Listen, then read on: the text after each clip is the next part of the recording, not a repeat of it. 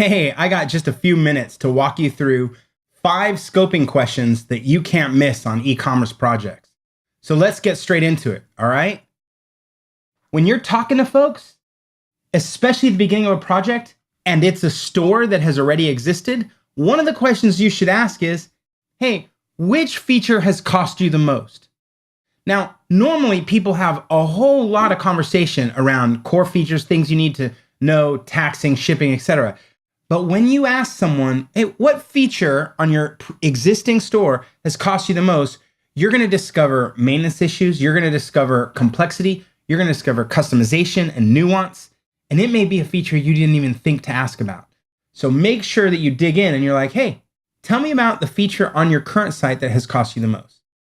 Second question, if I asked you to prioritize speed of the store, speed of development, or design, how would you rank those in priority? I'm not saying that when you're talking to a customer that you should tell them they can only get 1 or they can only get 2. But what's important is to understand what they care most about. Because of course, if you're sitting here talking about the speed of development, how long it takes to build the site, right? Or you're talking about how long it takes to get the design right, etc., and you forget speed of the store because everybody just assumes it's going to be fast, and you're like, no, to actually make a store fast means work. We're going to have to take time to do it. You need to make sure that you're having that conversation and the priority conversation up front. Third question, who's doing maintenance, right?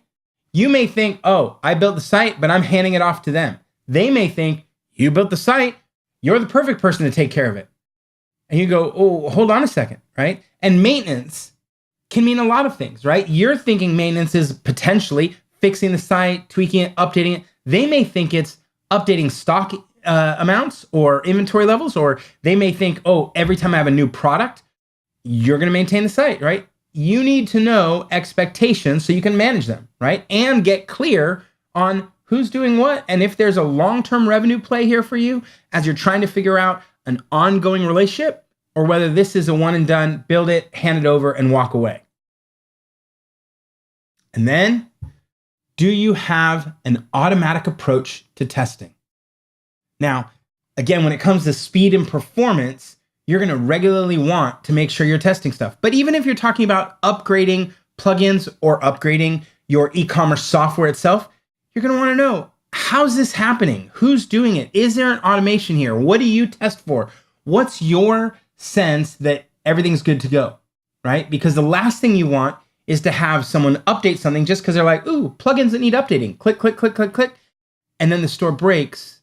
And then they call you and they say, your site doesn't work the way it was supposed to. You go, hold on a second. So have the conversation around testing and automation.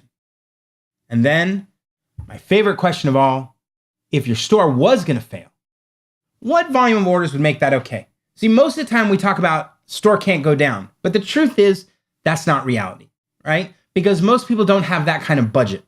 People are not normally spending $100,000 or $200,000 a month in hosting, right? And you go, that's insane. You go, right, but so is absolute zero downtime all if you have millions of people hitting your store.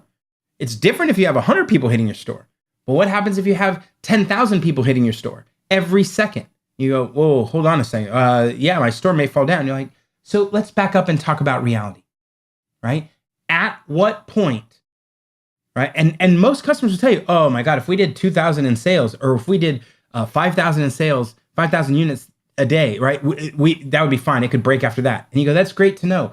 But it's also gonna be really interesting when you hear someone say, oh man, if we have 200 sales in a day, that would be incredible. Because what you have in your head and what they have in theirs may not be the same. So make sure you ask this question. Make sure you ask all 5 of these questions.